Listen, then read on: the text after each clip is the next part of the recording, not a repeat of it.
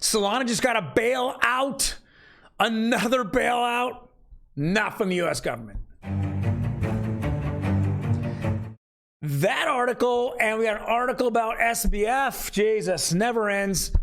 And of course, we're going to go into NFTs. Our NFT spotlight today is going to be the Deadfellaz. Yes, I'm going to be a dead fella if I don't get through this video. Now, my name is Troy, and welcome, guys, to OG Crypto and NFTs. Every day we go over the latest news in digital assets and NFTs. Now, before we jump into it, hit that subscribe button. Bing, bing. Let's get that 300. 300. See, I can count that high. Can we get to that by Monday? By the end of this year. We're going to do it by the end of this year. I know it's going to be aggressive and it's crazy to think about, but let's do it. Jump into it. Okay, you just saw, if you guys follow this crazy man here and that kind of crazy woman there, but if you follow us on OG Crypto, you know that we are not the Solana fans. It isn't so, baby, I got so. None of that crap. It's VC pump and dump. They've lied about the circulating supply. They've been sued about being a security. They go down every other month. You know, the whole system network goes down. And with all that being said, with Sam Bankman-Fried holding a ton of Solana, his number one holding that when he went bankrupt, still you have all these people out there trying to keep them alive. Why? Because they're pumpers and dumpers themselves. That's how I feel. Let's get to this article. Solana price prediction as Sol dips below $10 before Ethereum founder Vitalik Buterin comes to rescue. So he goes ahead and tweets and says it's a cool network. Are you kidding, bro? Come on, it keeps going down. Let's see you go down and let's see someone bail you out, bro. Ain't happening, and that's the problem. Solana, you're just seeing all the top NFT collections are leaving Solana. Who can build on something that keeps going down? It's on a test net. Hey, Vitalik, put Ethereum on a test net. Yeah, I didn't think so. Just doesn't make any sense. I think that Vitalik holds a lot of Solana personally, and I think he's moving the market on purpose. I think that the founders of Solana just gave out enough to all the influencers, all the people that can move the market movers. This is what continues to happen. If you want to be a sucker, be a sucker. I'm not playing that game. Next.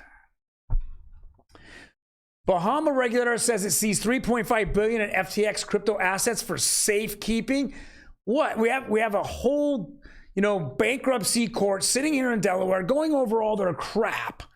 And they're saying they have $900 million in assets, and here's the Bahamas saying they have $3.5 billion in assets. Guys, what is going on here? This isn't making any sense. Let's go over the key points.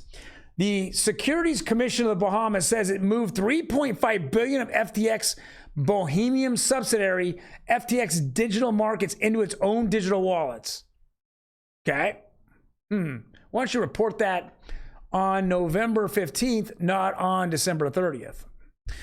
The watchdog said the funds were being held in a temporary basis until it was directed by the country's Supreme Court to deliver them to the customers and creditors or liquidators.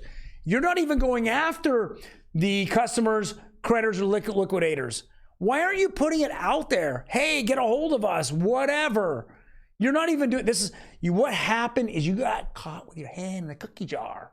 Because guess what? Again, it's connect the dot on the blockchain. And you have if you're in crypto and you've been there and you understand blockchain, you're a crypto sleuth. And crypto sleuths keep catching all these little criminals, or let's call them bad guys, bad actors out there in the world that want to tell us it's one thing when it's apparently obvious that it's the other. Just like Mr. Irrelevant, Kevin. All right. It says the regulator took the funds after receiving information that Sam Bankman-Fried concerning cyber attacks. Dude, cyber attacks? Again, Johnny Ray, the current CEO of FTX, is telling us there's only $900 million in assets. Why didn't you contact him, the current CEO? He's been there for a month, guys. Hello, and now you got caught, and now you're actually this again is about how they can make money without hopefully not being caught. Next, well, here's homie the clown again. This is Sam Bankman-Fried. FTX founder reportedly cashes out $685 million after being released. Guess what? He has more at crypto exchanges. He has more money on crypto exchanges. Guys, if he has money on crypto exchanges, wouldn't that be in the bankruptcy? Because we all know that the connect the dot from Alameda and FTX wallets are showing it goes to everywhere. There's literally 30, 40, 50 places where money's being transferred. Doesn't he realize that there's so many more smarter people out there that knows what he's doing? I mean, yesterday we reported that one of the wallets was trying to change the money on a crypto mixer. So it goes in, crypto go in as Ethereum and then gets mixed with everything else and then comes out some other coin like Bitcoin. Okay, that's how you launder money. That's what happened yesterday. Where are you at, Senator Karen? You know, Elizabeth Warren, where are you at? This happened on your watch again. Gary. Yep, nothing. You hear nothing. Okay? You're punch drunk with your eggnog sitting in front of your fireplace, counting the money that somebody gave you in your Christmas card. All right? Next. All right, let's bring in the lovely producer Emi. Hi. How you doing? I'm good. How are you? Good. Well, we have a couple of big NFT news here. One is of course Deadfellaz, but here is third of the single people are ready to mingle into the metaverse dating. Yes, and I think we did speak on this a little bit before, but it is being talked about a lot, so we are bringing it back up for discussion. My position is still the same. I think this is going to lead to a lot of catfishing. So if you are looking to date inside the metaverse, be very careful and very not suspicious of people, like really watch yourself. Just, you know, I say this, enjoy yourself and enjoy the other person, but just know that if you mingle real world, real life with metaverse life, then you're probably gonna get hurt unless you're really taking it slow and there is no monetary transactions going through, and you could take it that way. But as in the metaverse, I can be anything. I can be any avatar I really want, right? I can be a monster. I can be a deer. I can be an alien. I can be anything I want. I can be an image of myself. I can be an image of Arnold when he was 20 years old. I can be anything, right? Yeah. So that's why I'm saying, did I spit on that? It was an ant. A dead ant. All right. So, but that's what I'm saying. This is going to become big because now, unlike, you know, getting on the dating.com or Tinder, getting on Tinder, you're basically going from Tinder, I like you, you like me, yay, hey, whatever. And then you go, let's exchange phone numbers, right? And we text and then we call. And this is where I can go pony up at a bar. Yeah. Right? And you can pony up at a bar and you're an ant and I'm an anteater, right? And we can go have a conversation, right? And then we can be at home having a few drinks and having a good time. Yeah, so I think as long as you understand that this is something that's mainly for fun, like this is for entertainment, right? In a play pretend world, right? You're gonna have a great time. I mean, we're gonna report probably somewhere in the future the first sex happened in the metaverse. I'm sure we're gonna be reporting a lot of crazy things as this continues. So, but online dating, check out what would your profile be?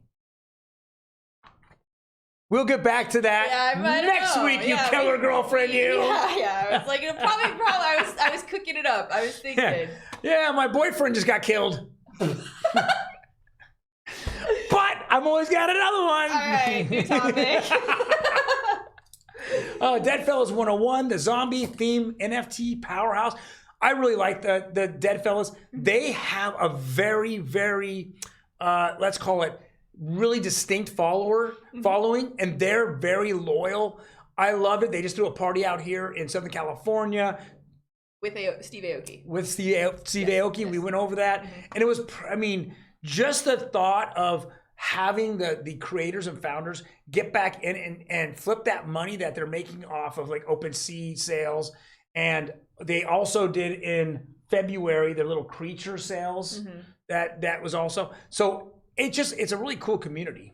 It's a cool community. I think the concept is interesting, but where they're really going to soar is all of these brand partnerships and phygital items. They're really on the money with that. When they did do their party with Steve Aoki, they released clothing that went along with it, and obviously you only had access if you were a holder. Right. So this is very, very cool, and they actually did a collaboration with Wrangler of all brands. And I think this is a very telling moment because a brand like Wrangler needs something completely different when it comes to its marketing.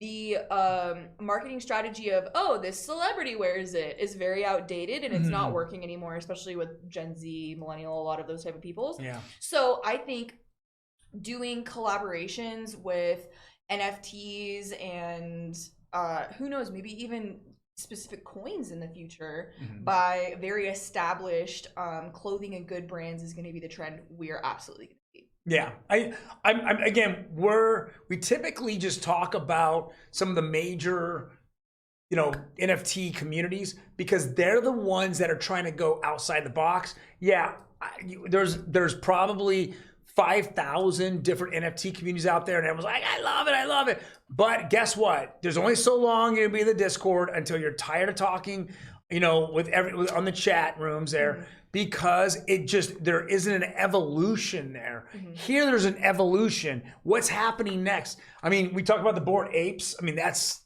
insanity what they're doing. Literally, if you owned a Bored Ape, what'd you get? You got a mutant, got a kennel, you got ape coin, you got all types of stuff. Right. Yeah. Then if you were part of other, like Azuki did the same thing, right? And then we know that the CryptoPunks had their, what was it with Tiffany with CryptoPunks? Yeah, NFTIF. So it's getting to a point where different NFT collections are so valuable that it even makes sense for another business to hold them. I know I told you next door to the gym that I teach at, there is a liquor store. It's called Party House Liquor. Okay. And they have a big window cling on their front that says, "This is the Bored Ape of Party House Liquor." And it's like a big branded thing on their storefront, which I think is really interesting that this NFT is so valuable that a business would purchase it, hold it, and then advertise that they're holding it. Right. That's so crazy. That is crazy. That is crazy. And that's where we're liking a lot of these NFT communities where they're thinking outside the box. It's just not, hey, we went off, we minted, whoa, everyone's got money. And then all of a sudden, it's just that you start losing momentum.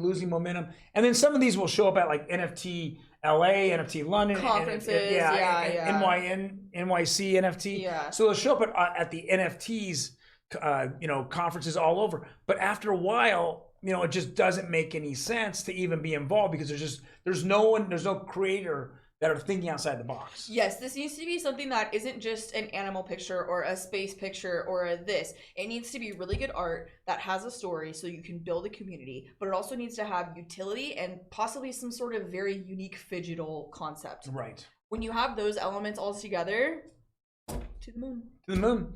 I mean, and I mean, to me, evolution is, okay, I buy a piece of land in Sandbox or Decentraland, and then I put up a store, right? And then, or a place to hang out. And now people all over the world that hold that NFT, it's like the entrance.